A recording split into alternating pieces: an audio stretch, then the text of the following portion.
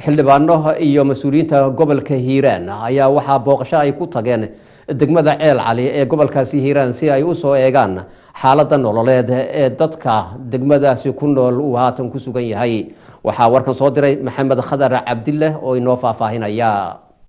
safar dheer oo ilaa iyo gaaraya 75 kiiloomitir ayaan ku tagnay degmada Ceel Cali ee gobolka Hiiraan annagoo ka kacay magaalada Beledweyne ee xarunta gobolka Hiiraan. waxaana safarka lagu weheliyay xildhibaano ka tirsan dowladda dhexe ee dalka iyo mas'uuliyiinta maamulka gobolka kan degmada Beledweyne iyo siyaasiyiin ka soo jeeda gobolka Hiiraan iyo xubno kale oo la socday.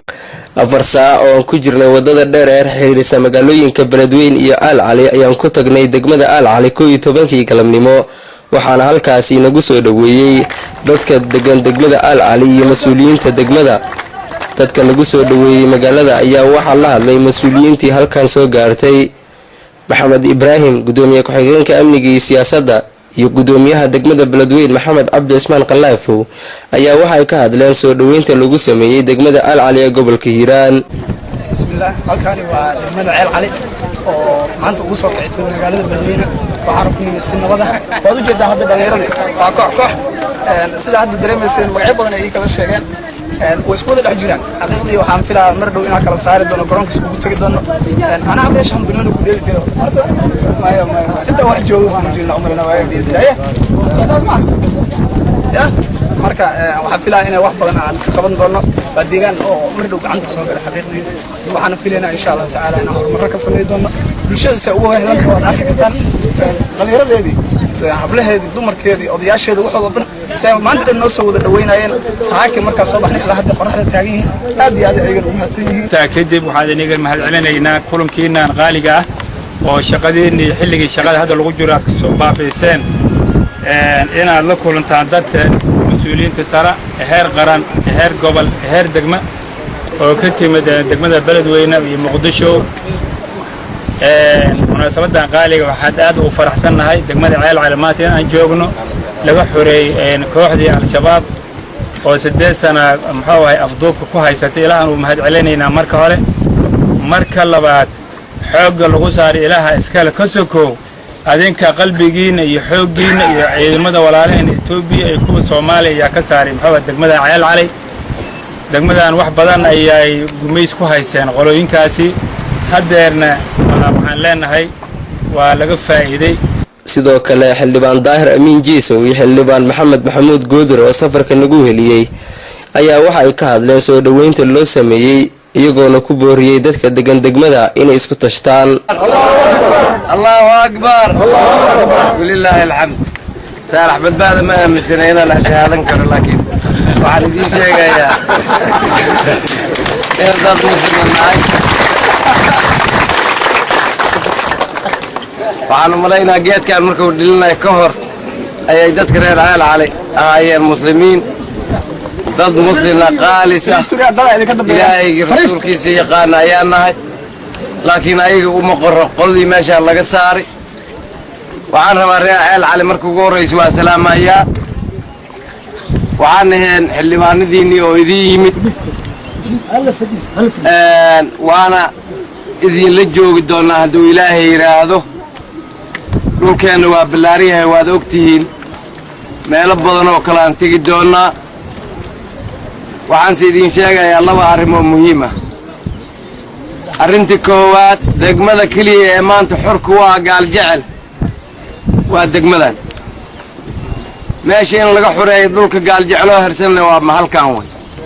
marka reer Ceel Cali mas'uuliyadaas inay qaataan horta marka ugu horeyso waa ka codsanayaa. xoolaha ku baxaaya wiilaha ku baxaaya dagaalkaas inaad qaadatiin waan idin kula dardaarmayaa. dulqaad badan aad samaysiin deeqsinimo badan oo aan idin ku naqaanin aad samaysiin. waxa kale oo muhiim ah qofka markuu dagaal galo nin baa la yiraahdo ka hor dagaal soo ku jiray fallaar ku soo dhacday midna isha ay ugu dhacday midna salka ay ugu dhacday oo dabada. markaas la yiraahdo laga siiba tan salkayga siiba u yir meel salka aan saartaan si aan u fadhiisto horta markuu ugu horeysto tan isha ay dabaysay. tan ugu muhiimsan waxa weeye inaad gaal jecel helaa meel salka uu saarto. maanta Ceel Cali ayaa xor ah. wiil kasta oo gaal jecelna uu imaan karaa dagaalkana laga qaadi karaa cadowgana iska xoreyn karnaa. cadowga laba nooc oo isugu jira kuwa nolol dhashiyo naga caasiyoobay oo qaadac dariiqyaal noqday oo wadooyinka taagan oo doonayay inay bulshada kale waxay hiigsanaysa ay ka reebaan qayaano badan bay adeegsanayaan dadka halkaan fadhiya canugu ugu yar ayaa laga yaabaa inay $1 soo tuuraan ay dhahaan muxuu sheegay daa'ir jeesow maanta oo yiraahdo xaasoo idin lahay hadal waa dhammaaday shabaab annaga dagaal ayaa aan ku kala baxaynaa waxaan sheegayno ma moogo ha isiga baxaano dhulka gaaljecel arrintaas talweynahana waa wada qabaa waa go'aan min xamar ilaa iyo gobolka hiiraan magaalo madaxdiisa beledweyne ilaa meelo kaloo badanba aan geyn doono idin leeyahay guushaas xagsada meelo badanna waa laga sheegi doonaa taariikh badanna waa lidinka qori doonaa sidaad u soo bannaan baxdeen